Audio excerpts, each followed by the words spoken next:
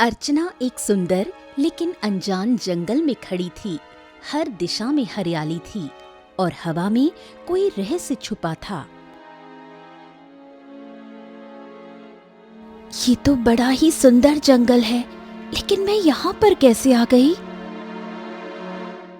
तभी एक रंग बिरंगा पक्षी उड़ता हुआ उसके पास आ पहुंचा। उसकी आंखें चमक रही थीं।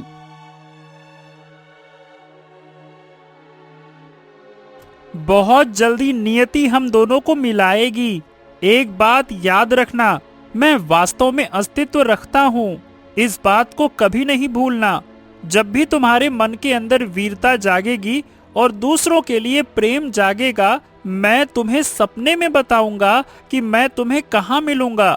मुझे तलाशना।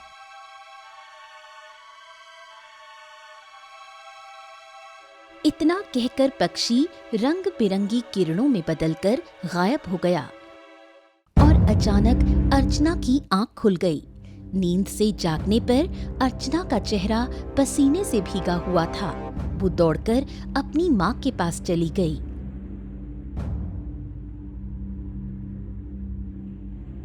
माँ, मैंने एक अजीब सपना देखा। उसमें एक पक्षी था। एक तो वैसे भी जमींदार ने तुम्हारे पिता का जीना हराम कर रखा है और ऊपर से तुम ये उल्टे सीधे सपने देख रही हो। ये महज एक सपना है और कुछ नहीं। राधा रोटियां और सब्जी एक बर्तन में रखती है। जाकर अपने पिताजी को खाना दे। बेचारे सुबह से खेत में मेहनत कर रहे हैं।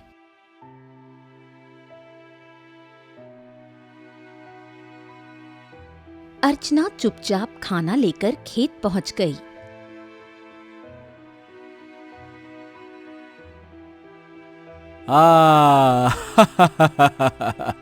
अच्छा हुआ तू आ गई बेटा। वैसे भी मुझे बहुत तेज भूख लग रही थी। आजा आजा आजा आजा। जैसे ही बलराम ने पहला निवाला तोड़ा, जमींदार और उसका गुर्गा अंगद वहां पहुंच गए। ए बलराम, मैं तुझे 3 बार चेतावनी दे चुका हूँ, लेकिन मेरे 3 बार चेतावनी देने के बाद भी तू अपना खेत खाली नहीं कर रहा। देखो जमींदार, मैं थोड़े से कर्ज के लिए अपना खेत वेत नहीं खाली करूंगा। इसी खेत पर हल चलाकर धरती का सीना चीरकर मैं अनाज उगाता हूँ और अपने परिवार का पालन पोषण करता हूँ। अगर इतना ही अपने जमीन से प्यार था तो काहे को लिया जमींदार से कर्ज? और अगर कर्जा लिया है तो चुका काहे नहीं देते हो? अरे मैंने केवल थोड़ा सा कर्ज लिया था और जमींदार उस पर भारी ब्याज पे ब्याज लगा रहा है, जो कि एक सरासर धोखा है।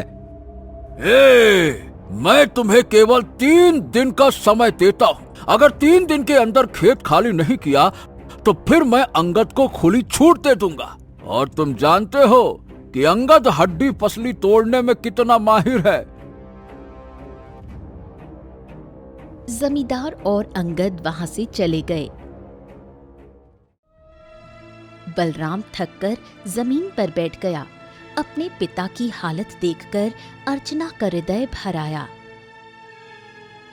पिताजी, हिम्मत मत हारिए। जमींदार न जाने कितने वर्षों से गांव वालों पर अत्याचार कर रहा है। आपको गांव वालों को जागृत करना चाहिए। आपको अपना मुद्दा मुखिया जी के सामने रखना चाहिए।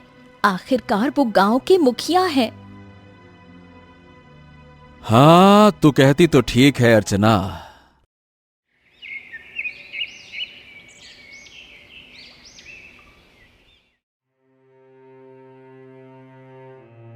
अगले दिन बलराम मुखिया के घर पहुंच गया।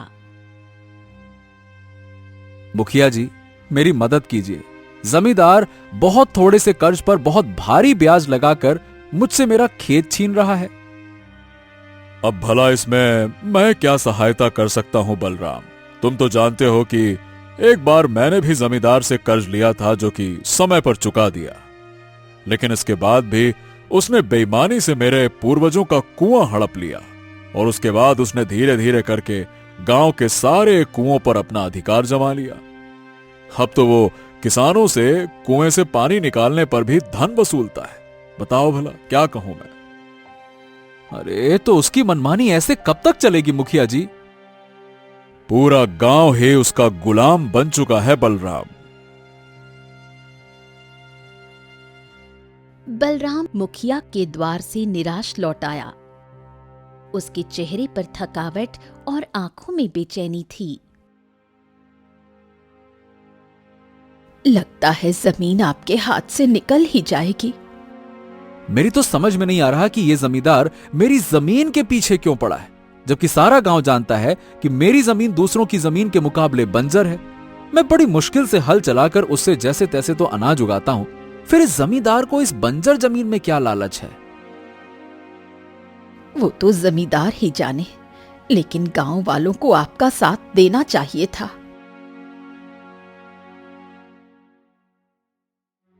तभी अर्चना, जो दोनों की बातें सुन रही थी, एकदम से बोल उठी।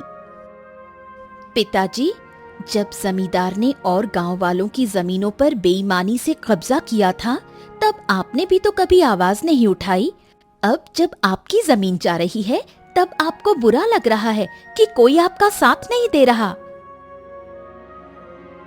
बलराम स्तब्ध रह गया, जैसे अर्चना ने उसकी आत्मा को आईना दिखा दिया हो। हाँ, शायद तुम सही कह रही हो बेटी। जब दूसरों के ऊपर मुसीबत थी तो शायद तब मैं आंखें मूंदे बैठा था। अब जब खुद पर आई है तब समझ में आ रहा है कि जब अपने पूर्वजों की जमीन जाती है तो कैसा लगता है। तभी अर्चना की दादी ने उसे अपने पास बुलाया। कल तेरी माँ बता रही थी कि तुझे सपने में एक पक्षी दिखाई दिया था। हाँ दादी, और जब मैंने माँ से इस बारे में बात की तो वो तो गुस्सा हो गई। अब मुझे ध्यान से बताना कि उस पक्षी ने सपने में तुझसे क्या कहा। उसने कहा कि जब मेरे मन में दूसरों के प्रति प्रेम जागेगा, तब वो सपने में आकर मुझसे मिलेगा और बताएगा कि वो कहाँ है, फिर मुझे उसे ढूंढना होगा। ये सुनते ही दादी की आंखों में चमक आ गई। वो पक्षी सही कह रहा है। वो पक्षी वास्तव में अस्तित्व रखता है। शायद तू नहीं जानती, वर्षों पहले हमारे पूर्वजों में एक वीर हुआ करता था। नाम था आदित्य। एक रात आदित्य खेत में अकेले काम कर रहा था। चांदनी में भीगी मिट्टी और पसीने में डूबा उसका चेहरा। तभी आकाश से रंग बिरंगी किरणों की लहरें उतरी और उसके बीच से एक जादुई पक्षी प्रकट हो गया।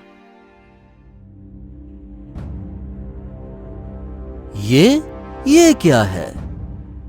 हाँ, डरो मत, मैं एक जादुई पक्षी हूँ जो विचित्र जादुई जंगल से आया हूँ। देखो, मेरे पीछे एक राक्षस पड़ा है। वो मेरी बलि लेकर अमर होना चाहता है। कृपया करके मेरी रक्षा करो। भाई, मैं तुम्हारी रक्षा कैसे कर सकता हूँ? मैं तो खुद ही एक साधारण किसान हूँ। खुद पर भरोसा करो मनुष्य। इस पृथ्वी पर सबसे ताकतवर प्राणी मनुष्य ही है।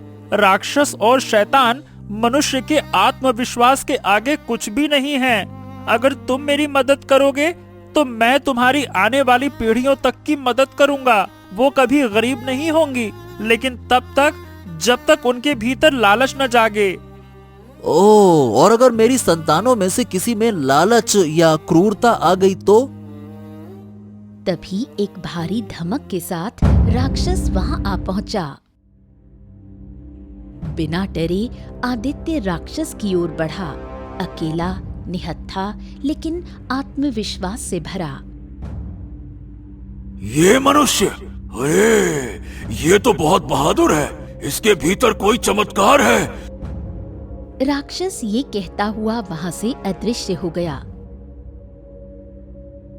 पक्षी ने उड़कर आदित्य के सिर पर चक्कर लगाया और बोला, तुमने मेरी रक्षा की है। अब से तुम खेतों में काम नहीं करोगे। अब से तुम इस गांव में राजाओं की तरह राज करोगे।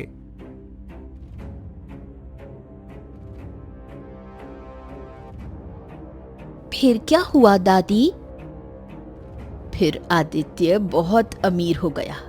कई पीढ़ियों तक हमारे पूर्वजों का गांव में वर्चस्व रहा, लेकिन एक दिन किसी एक पीढ़ी में लालच ने जन्म लिया और जादुई पक्षी ने हमारी सहायता करना बंद कर दिया।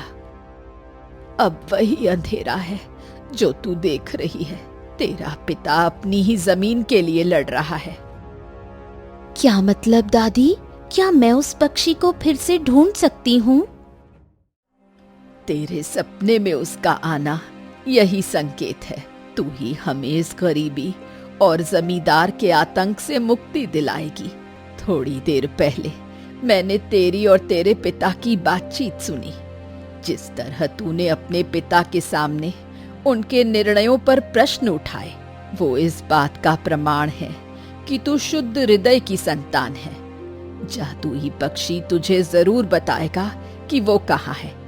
बस अपने विश्वास को डिगने मत देना।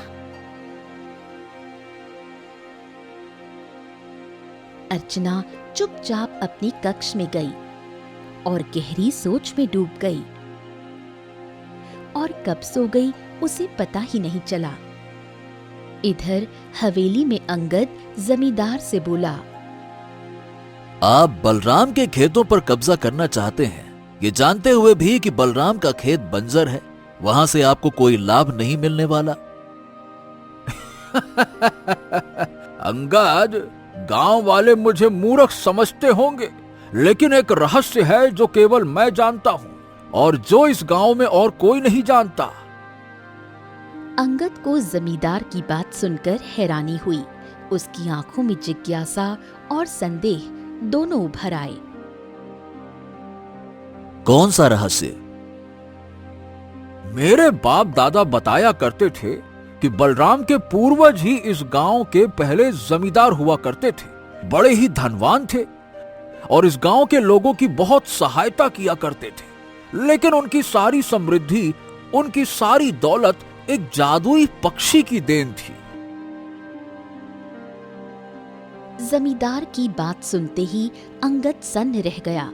उसने कभी ऐसा कुछ सुना ही नहीं था। जादुई पक्षी? ये क्या कह रहे हैं आप? हाँ, यही तो असली रहस्य है। देखो, बरसों पहले बलराम के पूर्वजों में आदित्य नाम का एक किसान हुआ करता था। गरीब था, उसकी पूरी जिंदगी तंगहाली में बीती थी, लेकिन एक दिन अचानक से उसकी जिंदगी बदल गई। उसकी जिंदगी में एक जादुई पक्षी आ गया जो इंसानों की तरह बात करता था। पक्षी बात करता था? कहते हैं कि उस पक्षी के पास कोई रहस्यमयी खजाना था और वो खजाना उसने आदित्य को दे दिया था। आदित्य तो रातों रात अमीर बन गया भाई। उसके बाद वो पक्षी पीढ़ी दर पीढ़ी आता रहा, हर बार खजाना देता रहा। इसीलिए आदित्य का वंश वर्षों तक गांव के सबसे अमीर लोग रहे। लेकिन फिर एक दिन अचानक वो पक्षी आना बंद हो गया और तब से आदित्य का वंश वापस गरीबी में चला गया, जैसा कि बलराम आज है। बिल्कुल सही समझे, लेकिन कहानी यहाँ पे खत्म नहीं होती अंगद। मेरे पिताजी बताया करते थे कि बलराम के खेत के नीचे एक सुरंग है। वो सुरंग सीधे एक बहुत ही प्राचीन मंदिर तक जाती है और वो जादुई पक्षी उसी मंदिर में रहता है। ओह, तो आप बलराम की जमीन इसलिए हथियाना चाहते हैं ताकि उस सुरंग को खोज सकें? बिल्कुल। अगर मुझे वो पक्षी मिल गया तो मैं उससे खजाना मांगूंगा। इतना खजाना कि मैं इस संसार का सबसे धनवान व्यक्ति बन जाऊंगा।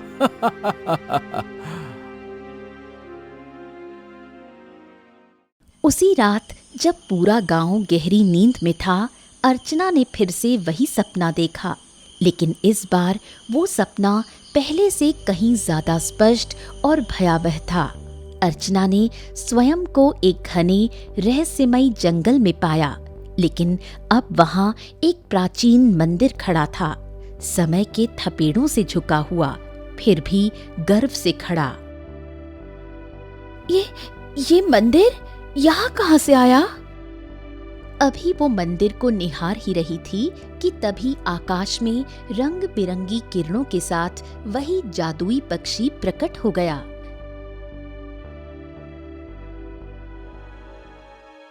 समय आ गया है अर्चना, अब तुम्हें मुझे ढूंढना होगा। तुम कहाँ मिलोगे मुझे?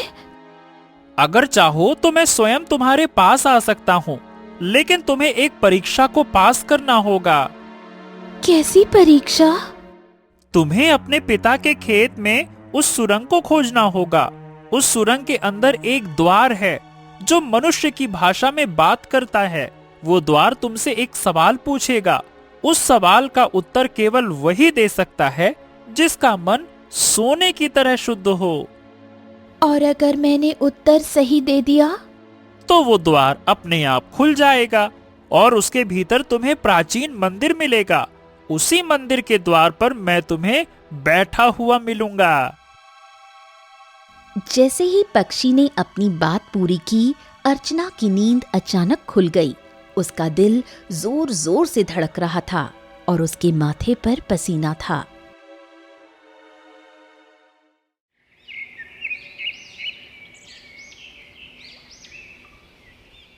अगली सुबह अर्चना बिना कुछ कहे खेत की ओर निकल पड़ी। वो धीरे धीरे चलते हुए सूखी घास के बीच कुछ तलाशने लगी। अचानक उसे जमीन के नीचे कुछ असामान्य दिखा, जैसे किसी ने घास के नीचे कुछ छुपाया हो। उसने घास हटाई, मिट्टी हटाई और फिर एक लोहे का ढक्कन दिखाई दिया। ढक्कन के नीचे एक सुरंग की ओर जाने वाली सीढ़ियां थीं। मैं आ रही हूँ, चाहे जो हो। सुरंग के भीतर अजीब सी आवाजें थीं, एक अनजानी गूंज। दीवारों पर कुछ प्राचीन चित्र उकेरे हुए थे, जैसे कोई पक्षी, कोई उड़ान, कोई दीपक। ये चित्र ये उस पक्षी की तरह है। यही संकेत है शायद। वो आगे बढ़ती है जब तक कि उसे एक विशाल पत्थर का द्वार नहीं दिखा। लेकिन ये कोई साधारण द्वार नहीं था। वो बोलता था, यदि तुम्हारा मन सोने के जैसा शुद्ध है तो मेरे प्रश्नों का उत्तर दो। तुम बोल रहे हो? किसे चुनोगी, वो सत्य जो तुम्हारे प्रिय को दुख दे या वो झूठ जो उसे खुश रखे? मैं सत्य को चुनूंगी, क्योंकि झूठ से किसी की मुस्कान कुछ पल की हो सकती है, लेकिन अंत में वो टूट ही जाएगी। अगर मेरे प्रिय को दुख होता है लेकिन वो सच्चाई जानकर मजबूत बनता है, तो वो दुख भी एक दिन उसकी ताकत बन जाएगा। अर्चना के इतना बोलते ही पत्थर जैसी परतें खुद ब खुद खिसकने लगीं और एक मार्ग खुल गया। द्वार के भीतर एक प्राचीन मंदिर था। अचानक मंदिर के मध्य में रंगीन धूप की धारियों के बीच वो पक्षी प्रकट हो गया। तुमने कर दिखाया अर्चना, जो बहुत समय से तुम्हारी पीढ़ियों में से कोई नहीं कर पाया। कौन हो तुम और क्यों मुझे चुना? क्योंकि तुम्हारा हृदय प्रश्न नहीं करता, सहायता करता है। तुम्हारे भीतर वो शुद्धता है जो अब इस भूमि में दुर्लभ हो चली है। अब क्या करना होगा मुझे? तुम इस गांव की संरक्षक बनोगी, लेकिन ये शक्ति कोई वरदान नहीं, एक जिम्मेदारी है। पक्षी ने एक छोटी सी चमकती मणि अर्चना के हाथ में रख दी। इस मणि से हर रात कुछ स्वर्ण मुद्राएं निकलेंगी, लेकिन जिस दिन तुम्हारे मन में लालच का एक भी बीज अंकुरित होगा, इस मणि का चमत्कार समाप्त हो जाएगा। पक्षी फिर अर्चना के कान के पास आया और कुछ ऐसा कहा जो केवल वही सुन सकी। अचानक वो पल भर में हवा में विलीन हो गया। अर्चना वापस उसी सुरंग के रास्ते बाहर निकल आई।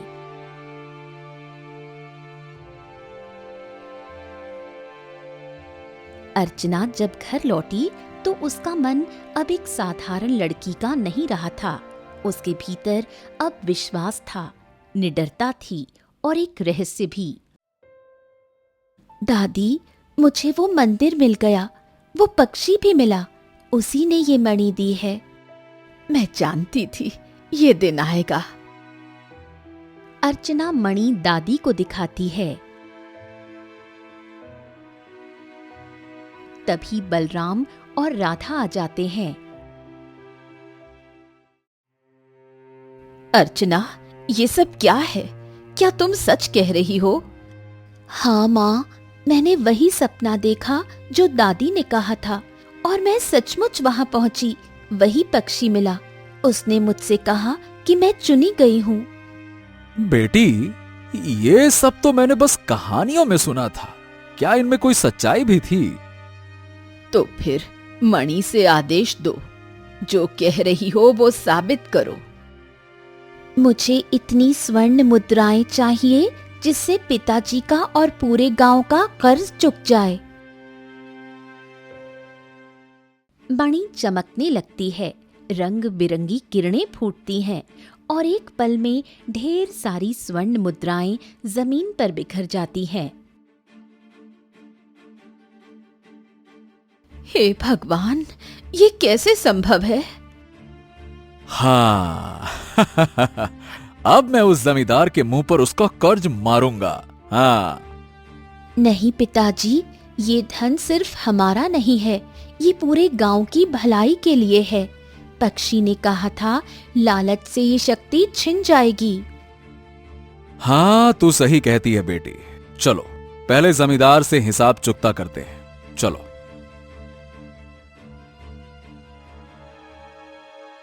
जमींदार हवेली में अंगद के साथ बैठा था।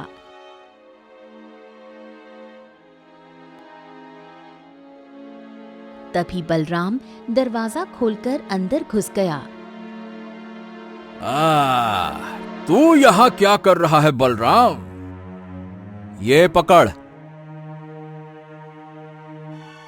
तेरे कर्ज से तुझे ज्यादा ही दे रहा हूं और अब से मेरे खेत की ओर देखने की कोशिश बिल्कुल मत करना। बलराम निकल जाता है। हैं? ये धन इसके पास कहां से आया? मुझे भी समझ नहीं आ रहा। बलराम राम प्रसाद, हीरालाल और विनोद को बुलाता है। ये गांव के वो किसान हैं जिनकी जमीन गिरवी रखी गई थी।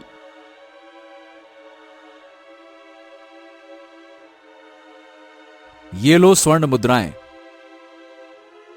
अब जाकर उस जमींदार की हवेली से अपने खेत के कागजात छीन लाओ। जाओ। तीनों किसान जमींदार की हवेली में जाते हैं और उसके सामने पोटली फेंकते हैं। ये ले भाई, तेरा कर्ज चुका दिया, अब हमारे खेत लौटा दे, चल। जमींदार ने चुपचाप दस्तावेज निकालकर दे दिए।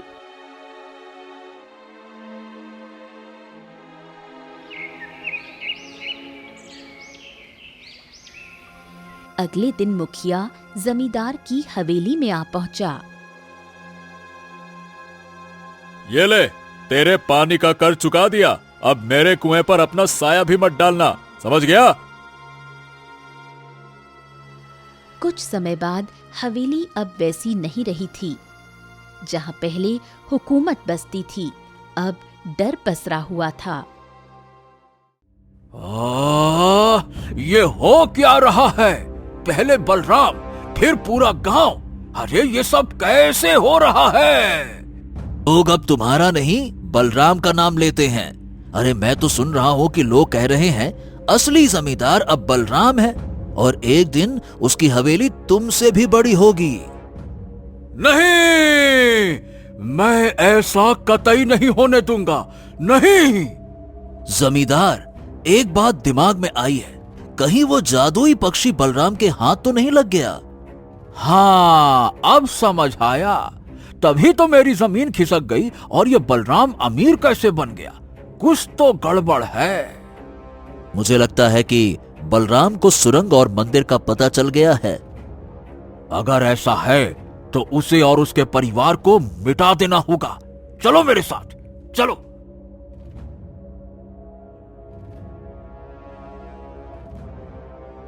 जमींदार और अंगद बलराम के घर में घुस पड़े।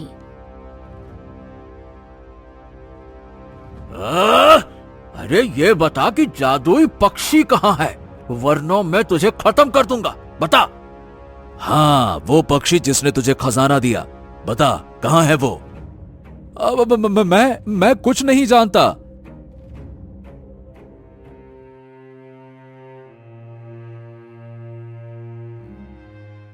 मैं बताती हूँ। नहीं नहीं नहीं नहीं नहीं बेटी, इन्हें मत बताना, ये उसका दुरुपयोग करेंगे। लेकिन अगर ना बताया तो ये हमें मार देंगे, मुझे कहना ही होगा। हाँ, शाबाश लड़की, तुझ में समझदारी है। बहुत अच्छे बेटा, बता बता।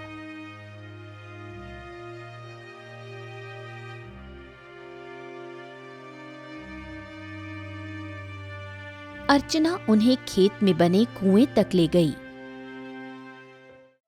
यही कुआं है, नीचे सीढ़ियां हैं। एक पत्थर मिलेगा जो सवाल पूछेगा। सही उत्तर देने पर मंदिर तक का रास्ता खुलेगा। वहीं वो जादुई पक्षी मिलेगा। हमें मूर्ख समझ रही है? चल तू ही जवाब दे देना, हम पीछे हैं। चल चल। तीनों कुएं के नीचे उतर गए। पत्थर ने सवाल पूछा, अर्चना ने सही जवाब दिया। द्वार खुला और मंदिर दिखाई दिया। हाँ, मेरे पूर्वज सही कहते थे, ये पक्षी तो सचमुच है भाई। ए जादुई पक्षी, मुझे भी खजाना चाहिए। हाँ, मैंने ही अर्चना से कहा था तुम्हें यहाँ लाने को। ये लो मणि। मणि रंग बिरंगी किरणों से प्रकट हो गई। हवेली जाकर इस मणि से कहना, ढेर सारी स्वर्ण मुद्राएं दो, सब मिल जाएगा। अरे रुको रुको रुको, पहले देखता हूँ कि तुम झूठ बोल रहे हो या सच। जमींदार ने कहा, स्वर्ण मुद्राएं दो। मणि से सच में स्वर्ण मुद्राएं निकलने लगीं। हाँ? अरे वाह वाह वाह वाह वाह, अब तो मैं सबसे बड़ा जमींदार बनूंगा। चलो भाई, चलो चलो चलो। जमींदार और अंगद हवेली लौट आए। मणि से फिर कहा, और स्वर्ण मुद्राएं दो। अचानक मणि से रंग बिरंगी किरणें निकलीं और जमींदार और अंगद पत्थर में बदलने लगे। अरे ये क्या हो रहा है?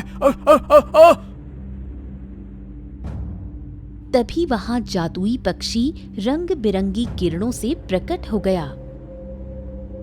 मूर्खों, तुम लालची थे। तुम्हारा पत्थर बन जाना ही धरती के लिए अच्छा है।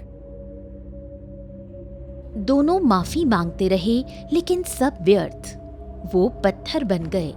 उनके पत्थर के बनते ही जादुई पक्षी रंग बिरंगी किरणों से वहां से गायब हो गया। इधर अर्चना ने घर लौटकर सब बताया। पक्षी ने पहले ही कान में कहा था, वो आएंगे, उन्हें मंदिर तक ले जाना। यही मैंने किया। जमींदार और अंगद से गांव को मुक्ति मिल गई। बलराम की नई हवेली बनी।